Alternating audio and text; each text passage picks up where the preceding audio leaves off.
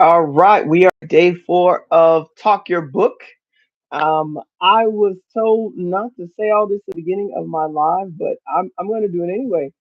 Shori O'Neill, welcome to day 4 of the pre-launch of the Unleashed series. Hope you had a great weekend.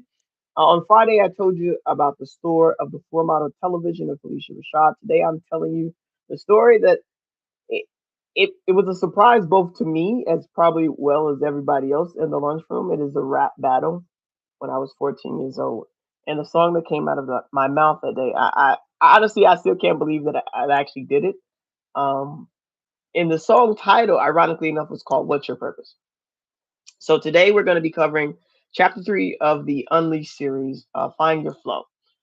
So, Friday recap told you about this floor model television and how it gave me permission to dream big and to kind of see myself doing what I didn't think that I had been built to do, that I had been able to see in my direct, I guess, community, neighborhood outlet. What I didn't tell you is how close that dream came to dying before it ever found its flow. And so the first time I shared about this, someone laughed at me at a family get together. I would dance, I would sing. I even got the privilege of singing at my kindergarten graduation, and all of that changed when my voice changed. I went from sounding like a small child to sounding like a 50-year-old woman overnight. At least that's how it seemed, right? And so the voice didn't seem to belong to a child, and the singing that came so easily, it wasn't so simple anymore. Because I had no support really. I didn't see anyone in my immediate family going after their dreams of being an artist, a singer, a dancer, any of these things. And I didn't have much security in my abilities. Honestly, like no one showed me the way, right? I saw people on television, but in my immediate vicinity, I didn't see them. And so I allowed the dream to die. Occasionally, I perform at church services under a lot of coaxing from my mom, but very seldom did I take center stage. And it wasn't until I left Chicago and moved to New York. And in this new land that is quite expensive, I found my voice. I thought a lot about why it took a whole different city to give me back something that was already in me. And here's where I landed. Sometimes your flow can't return until you get out of the room that dream was first mocked in, right? The laugh that buried mine was loud. And as long as I stay within the earshot of people criticizing me and ridiculing me because of like my voice and maturation and puberty and all the changes, I kept my gift at a very low value. And so New York didn't hand me a talent I didn't have. It just gave me a room quiet enough to like finally hear something that I had been carrying with me the whole time. Now, before anybody decides I'm gonna move to New York based on this episode, I'm not telling you to pack a bag. I'm asking you to take some honest time with yourself away from the old voices and see who's actually in there. Because whether you're creative, an entrepreneur, or overwhelmed business owner, or mom for that matter, the voice that laughed at your first attempt is probably still living rent free in your head. And every time you try again, it's that voice that you hear. So, no, you don't have to move, but you do need to move away from that voice. And so, for this week, our practical idea, right? What I want you to notice this week is the fastest way to catch your flow. The fastest way to catch your flow. Before you can doubt it or anyone can talk you out of it is repetition. And so part of why I'm coming on here every single day, or at least 3 days a week to start off, is because I need to build back up this muscle. I went live for a year and a half on a different platform. And I had no problem showing up every day because I had built this muscle. I had this repetition. And so once you get into a flow and you get into this repetition, the thing that you keep drifting towards as you're there when no one assigned you to it, right? I don't have a boss over me telling me I have to show up every time and do a live. I'm doing it because I know on the other side of whatever this friction is that I have with showing up and being visible, the return, the return I'm going to get on the other side is worth much more than the inconvenience or the fear. right on the front end. And so the space that you keep going back to, right, when no one tells you to, the return without being told, that's the space that we're going to find. That's how we know we're in flow. So I'm gonna tell you about the rap circle. Um, and it, before we get there, I'm one of the greatest lessons that I learned was actually in sharing this story and sharing some of these principles in a circle with a group of women. I shared with you before last week that this book became it came from actual lived practices. I launched the book, and then I did a workshop, like a challenge with a group of women, and one of the women, we'll call her Miss Eleanor. She was one of the eldest, and in this circle, a lot was shared, a lot was exposed, but I think the coolest part of it was one of the things that she shared. And I want to read it so I get it verbatim. It says, I get energy from learning how to fix different plates of food and sharing them with people and seeing how they react to them. It energizes me more to do more of the same. So she's an amazing chef, amazing cook. And the repetition, the flow was in cooking and serving people and seeing that. And so the second time in one evening, she mentioned cooking. It was the second time we had this circle meeting, and she kept mentioning cooking and cooking and cooking. And so one time early in the conversation, and then later again, and this time she said it filled her tank. So I said to her gently, like, that's twice now. And she looked up like she had been caught. It happened again with another one of the participants, Grace. I asked what gives her energy, and this is what she said. She says, helping others see their potential because I don't really see it in myself as much as I might see it in somebody else. Now I want you to hold the sentence for a second because it's going to matter a lot later on this week. But hear the first one plain. Even the woman who couldn't see her own worth could name without hesitating the thing that lit her up. And so sometimes the flow will tell on you before your doubt can talk you out of it. So this week, one of the things I want us to practice is to catch yourself when you are a version of yourself that you actually like being around. I want you to jot that down, make a note of it, right? Take inventory. What do you find yourself doing on a Saturday, right? Not a work week, a Saturday when no one's paying you? What conversation could you have for hours, hours without checking your phone? That's data, right? That's flow announcing itself. So write it down. All right. So here's a story about Bubba Rapping. All right. So I love this story because that it proves something I want every listener to catch. Listen, your flow will often show up in a form you never planned for. When I was 14, there was a group of kids who make beats and they rap at a lunchroom table at my high school. And I was known for a lot of things back then: books, being a tomboy, dirt bikes, basketball. Rapping was not something I was known for, right? Outside of my bedroom and my brother, it was not something I shared with even a single soul. But I had a verse in me and I didn't know where it came from initially. And I don't know how long it had been sitting there, but I was hearing this group and they were pretty good and they'd be rapping and they would rap the same song and they practice and they do talent shows and whatnot. And so I had this whole like it, this imaginative thing that happened where I was like, I'm gonna write a rhyme, I'm gonna write a hook for that song, and then one day I'm gonna spit it. I don't know why I came up with this idea, but I did, and I shared it with one of the group members. And so the next time they were in the lunchroom and they're beating on the table and rapping, she was like, "Yo, spit it, go ahead." And I was like, "No, I should have with you in confidence. I'm not. There's no way." But she kept egging me on, and so I spit, and I don't know. I felt like something took over my body. It literally felt like an outer body experience. But the whole lunchroom, they erupted. All right. I think more of like shock. Like this 4-eyed chess team, speech and debate girl. Like, what if she just these don't match? Um, Kids I didn't even know were coming over to me like, yo, like that was dope. Like, oh, like wow, I didn't know you could spin. Like, oh, you got some more rhymes, whatever. Um, and this is the part that still gives me chills even to this day. Like 25 years later, right? 25 years later, I still remember what the song was called. It was called "What's Your Purpose." I'm not about to rap it. I'm not. This is I was 14. A lot of things have changed since then. It's we got to put a whole rating on this thing. We ain't doing that.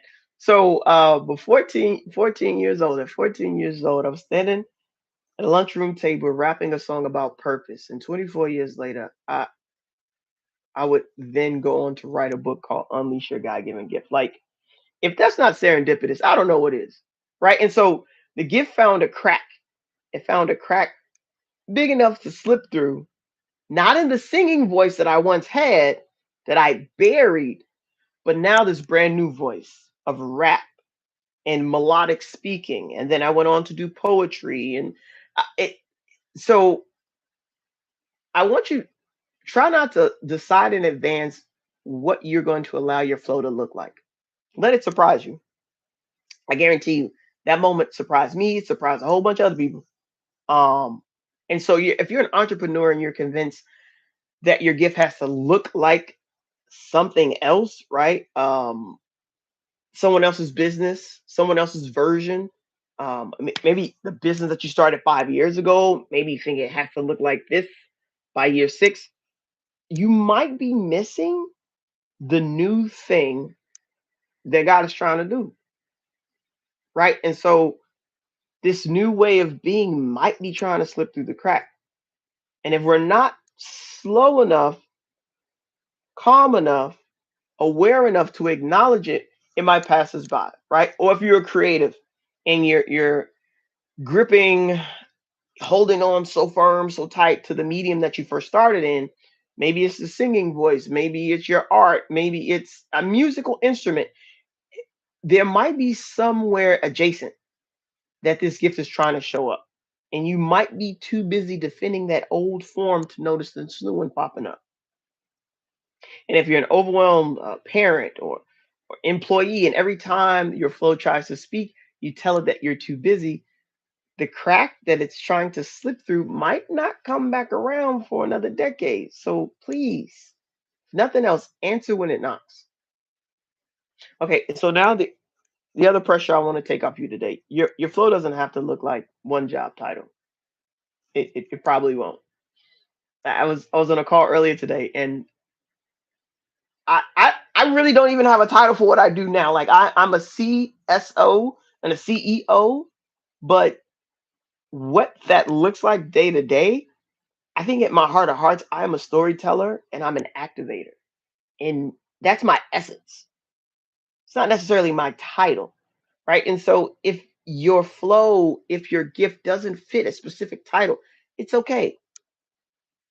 All right. I've been an educator for years, and inside of that, a restorative justice coordinator, a dean, a phys ed teacher, an after school counselor, basketball coach, a theater advisor. Like I've done a lot. During one period, I was a bathroom monitor. I was quite fine with that. I made the same check. I was cool with it. Right. But if you're waiting to be handed the one perfect role before you even believe you have a gift, you're going to be waiting forever. So, whatever the role is, matters far less than the essence of the work that you're doing. So, the feeling and the outcome, those those are more important than the title that you give it. Right. So don't strain to name a title. Name the essence. And so, thinking about this, my question would be what type of impact do you want to leave in a room? How do you want people to feel after they've spent time with you? Answer that. That title, that will start finding you. You don't have to go look for it. All right, so one more thing before we land, because it's part of chapter 3 that people underline most. Um, when I was young, I used to play this song over and over and over again. A couple of different songs, some Busta Rhymes, some Bone Thugs. I told you, from the Midwest. So I can't say the rap that I did at 14. No good. Um, but I would listen to these songs over and over again until the cadence almost became a second language to me. That is the power of repetition. It could build a beautiful thing into you until it's second nature. But the same practice done with the wrong material, it will build something negative in you. And so the repetition of me listening to these songs over and over again, I had this way of taking really improper words and language, I mean profanity, and using it in such a interesting way because of what I was listening to. So repetition, good or bad, right? The thing that matters most is what are you inputting, right? Inputs, outputs, inputs, outputs. What are you inputting that's producing this output? And so I want you to take note of the emotions that keep rising, washing, and repeating when you're doing certain tasks, right? What thoughts are you rehearsing on a loop? Is it discouragement? Is it lack of joy? Is it the quiet story that nothing you do is ever enough? Again, if you're rehearsing that, if that's what you're repeating over and over again, and your consciousness inputs, outputs, inputs, outputs, because whatever you put on repeat is the energy that will follow you and permeate you. And so I had to start having different inputs, different outputs. Started listening to different preachers, scripture on repeat. I went to Joyce Myers, right? Went a, a lot of different voices I started allowing on repeat in my mind. Inputs, outputs, inputs, outputs. And yes, listen, things are during this stage of finding your flow, you're going to get frustrated. Missed opportunities could knock you sideways. Hard word could wound you, right? Right? You're in this space of openness and trying to learn more about you. But at the end of the day, you get to choose how you respond. You get to choose that. And that's the power most of us have quietly given away, right? So the one thing I would love for you to take from this video is to rehearse the true thing. Rehearse the true thing until it becomes your flow. Put the true thing on repeat, right? So one takeaway I would love for you to have is that your flow will tell you before your doubt can talk you out of it. So listen to the thing that you keep drifting back toward. It's not a distraction.